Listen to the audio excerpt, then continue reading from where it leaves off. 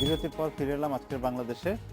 একটু নির্বাচন প্রসঙ্গে আসি। 5ই জানুয়ারি যে নির্বাচন হতে যাচ্ছে, আমরা জানি সেটাতে প্রধান বিরোধী দল বিএনপি অংশগ্রহণ করছে না, এখন আর সেই সুযোগও নেই তাদের সামনে। তবে আমরা জানি যে আন্তর্জাতিক অঙ্গনে একটা নির্বাচন গ্রহণযোগ্য হতে হলে সেখানে অবশ্যই আগের নির্বাচনের নিকটতম প্রতিদ্বন্দ্বী, সবচেয়ে কম ব্যবধানে যারা হেরেছিল তাদের অংশগ্রহণ করাটা জরুরি। তো এই নির্বাচনটা আন্তর্জাতিক অঙ্গনে কি বার্তা পৌঁছাবে?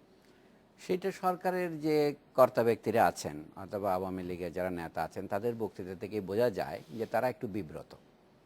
আমি শব্দটা বলছি বিব্রত, মানে তারা তাদের ব্রত হারিয়ে ফেলেছেন মনে হয়। কারণ তারা নিজেরাও বলছেন তারা বিএনপিকে নির্বাচনে আনতে চেয়েছিলেন, নির্বাচনকে সামনে রেখে তারা বিএনপির সাথে পরামর্শ এখনও চালিয়ে যাচ্ছেন।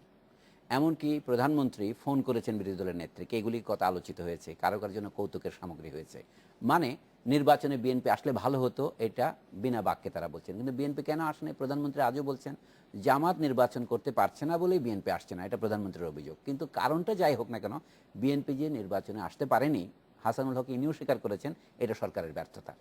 সুতরাং এই নির্বাচন কী ফল বহন করবে সেটা নিয়ে নানা রকমের জল্পনা কল্পনা আছে। কেউ বলবে যে এই সরকার হয়তো আরেক মেয়াদ পার করবে, একাদশ সংসদ নিয়ে আলোচনা চলতে পারে, ইত্যাদি দুজন মন্ত্রী কিন্তু গতকালকে বলেছেন যে দশম নয় একাদশ নিয়ে সংসদ নিয়ে আলোচনা আলোচনা চলবে। হতে পারে। আমি হচ্ছে সেটা, অর্থাৎ এই সরকারের মেয়াদ সম্পর্কে নানা রকমের চিন্তা হচ্ছে, আবার একটা অন্তর্বর্তীকালীন নির্বাচন হবে। আমি যে স্পেকুলেশনে না গিয়ে আমরা বলি যে বর্তমানে যেভাবে নির্বাচন হচ্ছে এটা সন্তোষজনক নয়, এটা সরকারি পক্ষও বলছে, বিরোধী দলও বলছে। কিন্তু তার জন্যে বিরোধী দল যে আন্দোলন করছে, যে আন্দোলন অবরোধের নামে, বিরোধী দল নিজেও বলছে আমাদের অবরোধ শান্তিপূর্ণ। এটা কিন্তু ঠাকুর ঘরে কেড়ে আমি কলা খাই না গোছের, যে অর্থাৎ আমরা শান্তিপূর্ণ আসলে করছি না। এতেই জনজীবনের যে দুর্ভোগ নেমে আসছে। আজকে বিজিএমইএ বা কোনো একটা সংস্থা প্রচার করেছে আমাদের দৈনিক হরতালের খরচ ১,৫০০ কোটি টাকা। এই ছোট দেশের পক্ষে এই ব্যয় বহন করার মতো নয়। যদি নির্বাচনকে কেন্দ্র করে এটা যেন চলতে না থাকে, আমি বলছি এই নয়, আমি সংক্ষেপে বলবো 5ই জানুয়ারি নির্বাচন নয়, ভবিষ্যতে নির্বাচনগুলি কি করে হবে। নির্বাচন তো হতে হবে, কম করে হলেও 5 বছর পর একটা নির্বাচন হয়। হয়তো সামনে নির্বাচনটা 5 মাস পরে হতে পারে, 5 বছর না হয়ে, অথবা 6 মাস পরে হতে পারে, বা 1 বছর পরে হতে পারে। যখনই হোক আবারও তো আমাদের একই প্রশ্ন আসবে, সেই নির্বাচনটা কার অধীনে হবে। ত্রয়োদশ সংশোধনীর পরে আমরা দেখেছি যে ত্রয়োদশ সংশোধনী কোনো সমাধান নয়। তত্ত্বাবধায়ক সরকার প্রশ্নে তত্ত্বাবধায়ক সরকারের প্রধান উপদেষ্টা বা উপদেষ্টা কে হবেন এই বিষয়ে কেউ একমত হতে পারে না। সেই জন্য আমাদের আরেকটা ভিন্ন ব্যবস্থা দরকার, সেটা পঞ্চদশ সংশোধনীতে এনেছে। বদরুদ্দোজা চৌধুরীর মতো প্রবীণ লোকও বলছেন যে এই পঞ্চদশ সংশোধনী হচ্ছে সমস্ত অনিষ্টের মূল। কথাটা কিন্তু ভেবে দেখলে পুরোপুরি ঠিক নয়। আমাদের উভয় দল শুধু নয়, আরও সর্বদলীয় কনভেনশন করে একটা ব্যবস্থায় পৌঁছা দরকার। এরকম উত্তেজনার মধ্যে নয়, নির্বাচন 15 দিন পরে হবে তার মধ্যে নয়। ভালোভাবে আমাদের এমন একটা ব্যবস্থা করা উচিত, সাংবিধানিক ব্যবস্থা করা উচিত, যাতে আমরা দ্বিমত না করে সকলে অংশগ্রহণ করতে পারে। সেটা পৃথিবীর অন্য দেশে যেমন হয়েছে আমাদের দেশে হওয়া সম্ভব। কাজে এর জন্য দীর্ঘমেয়াদী একটা ব্যবস্থা দরকার। এই প্রসঙ্গে একটু জানতে চাচ্ছি আপনার কাছে যে প্রতিবার ক্ষমতা হস্তান্তরের সময়ই আমাদের এই সংকটগুলো সামনে চলে আসে, আগে থেকে কেন আমরা এগুলো নিয়ে চিন্তা করি না? এটা কি রাজনীতিকদের দূরদর্শিতার অভাব, নাকি তারা একটা স্থায়ী সমাধানের চায় না, চায় যে কোনোভাবে ক্ষমতায় যাওয়া? কোনটা? কোনোভাবে ক্ষমতায় যাওয়া, যে কোনোভাবে ক্ষমতা ধরে থাকা, এই প্রবণতা তো অত্যন্ত স্পষ্ট আমাদের রাজনৈতিক দলগুলোর মধ্যে আছে, বিশেষ করে প্রধান দুটো দলের মধ্যেই। এখানে একটা কথা, আমাদের রাজনৈতিক দলের ভেতরে কিন্তু চিন্তা ভাবনার চর্চা নেই। আজকে গণতন্ত্র কি নয়, পৃথিবীর বিভিন্ন দেশে গণতন্ত্রের রূপ রীতি ইতিহাস কি, বাংলাদেশে কিরকম গণতন্ত্র হতে পারবে, এই চিন্তা আওয়ামী লীগের মধ্যে নেই, বিএনপির মধ্যে নেই, অন্য কোনো দলের মধ্যেও নেই। রেডিমেড যেন সবাই গণতন্ত্রী, রাজনীতিতে আসলেই গণতন্ত্রী, এই রেডিমেড লোক দিয়ে গণতন্ত্র পৃথিবীর কোথাও হয়নি, আমাদের দেশেও হচ্ছে না, এবং আমার ধারণা হবেও না।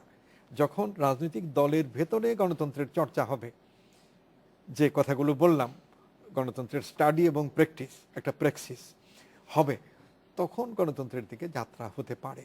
সেইটা আমাদের প্রধান রাজনৈতিক দলগুলোর মধ্যে নেই, অপ্রধান দলগুলোর মধ্যেও নেই। যতই আমরা নিন্দা করি, যতই আমরা ঘৃণা করি, আমাদের ঘৃণাটা সত্য, নিন্দাটা সত্য, তারপরেও বলতে হবে যে জামাতে ইসলামী একমাত্র দল যার ভেতরে কিছু শৃঙ্খলা আছে, অন্য কোনো দলের ভেতরে দলীয় শৃঙ্খলা নেই। এটার কি একটা কারণ যে তারা আদর্শ ভিত্তিক একটা কোনো রাজনীতি করে? আদর্শের চেতনা এইসব দলের মধ্যে নেই। দরকার আদর্শ ভিত্তিক চেতনা। গণতন্ত্রকে যদি আদর্শ মনে করি, তাহলে গণতন্ত্র একটা কমপ্লিট কোড অফ লাইফ হিসেবে ব্যক্তিগত জীবনে, পারিবারিক জীবনে, সামাজিক জীবনে, রাষ্ট্রীয় জীবনে উপলব্ধি করা এবং কার্যকর করার জন্য চেষ্টা করা দরকার। জামাতে ইসলামীর মধ্যে তারা ইসলামের কথা যেভাবেই বলছে, তারা অনেক বেশি এটাতে গুরুত্ব দেয় এবং সেটা তাদের শৃঙ্খলার একটা কারণ। এই আদর্শহীনতা আমাদেরকে উশৃঙ্খল করে জি, দিচ্ছে। ধন্যবাদ। আরো ব্যাপার যে যে আমাদের তো উত্তরাধিকারীও ঠিক করে ফেলা হয়েছে, যেমন সজীব ওয়াজেদ জয় আমাদের পরবর্তী নেতা, তারেক জিয়া পরবর্তী নেতা, এইগুলোর মধ্যে কোনো গণতন্ত্র নেই এবং রাজনৈতিক দলের কর্মীরা, নেতারা এগুলোকে মেনে নিয়েছে, দেশবাসীর উপরে চাপিয়ে দিচ্ছে গণতন্ত্রের নামে গণবিরোধী অনেক কিছু।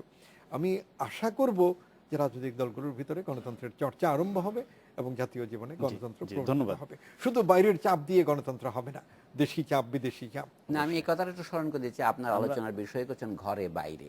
রবীন্দ্রনাথ ঠাকুরের ঘরে বাইরের থেকে নামটার প্রতিধ্বনি শোনা যায়। সেখানে কি হয়েছিল, ঘরের ভিতরে যে সংকট সেটা বাইরে অগ্নিকাণ্ডে পরিণত হয়েছিল। ঘরের ভিতরে সংকটটা কি? নিখিল এসেছিলেন, তার স্ত্রীর বিশ্বাস ভঙ্গ হয়েছিল, অথবা সন্দীপের প্রতি তার স্ত্রী আকৃষ্ট হয়েছিলেন বিমলা, এবং সেইটাই পরবর্তীকালে গৃহদাহের মতো সমাজদাহে পরিণত হয়েছিল। আমাদের যেন সেই অভিজ্ঞতায় আমাদের ঘরের ভিতরে যে সংকট, এইটাই আন্তর্জাতিকভাবে আমাদেরকে অপদস্থ করছে। অবশ্যই, জি, সেটাই ধন্যবাদ। মৌলিক, সেটাই আমি খুব fundamental। খুশি হলাম যে গতকাল দেখলাম বিএনপির দুজন নেতা, নজরুল ইসলাম খান এবং ইনাম আহমেদ চৌধুরী, তারা এটা স্বীকার করেছেন যদি আমাদের ভিতরের এই বিবাদটা না থাকতো তাহলে হয়তো পাকিস্তান এই দৃশ্যটা দেখাতে পারত না। অন্তর্বর্তীকালীন আমরা নির্বাচন একদম হবে, শেষ এই কথাটা বলছেন আওয়ামী লীগেরও কোনো মন্ত্রী বলছেন যে একাদশ সংসদ নির্বাচন ধন্যবাদ নিয়ে আমাদের আলোচনা স্টুডিওতে দরকার। আসার জন্য। এই ছিল আজকের বাংলাদেশে। দেখা হবে আগামীকাল এই সময়ে। শুভরাত্রি।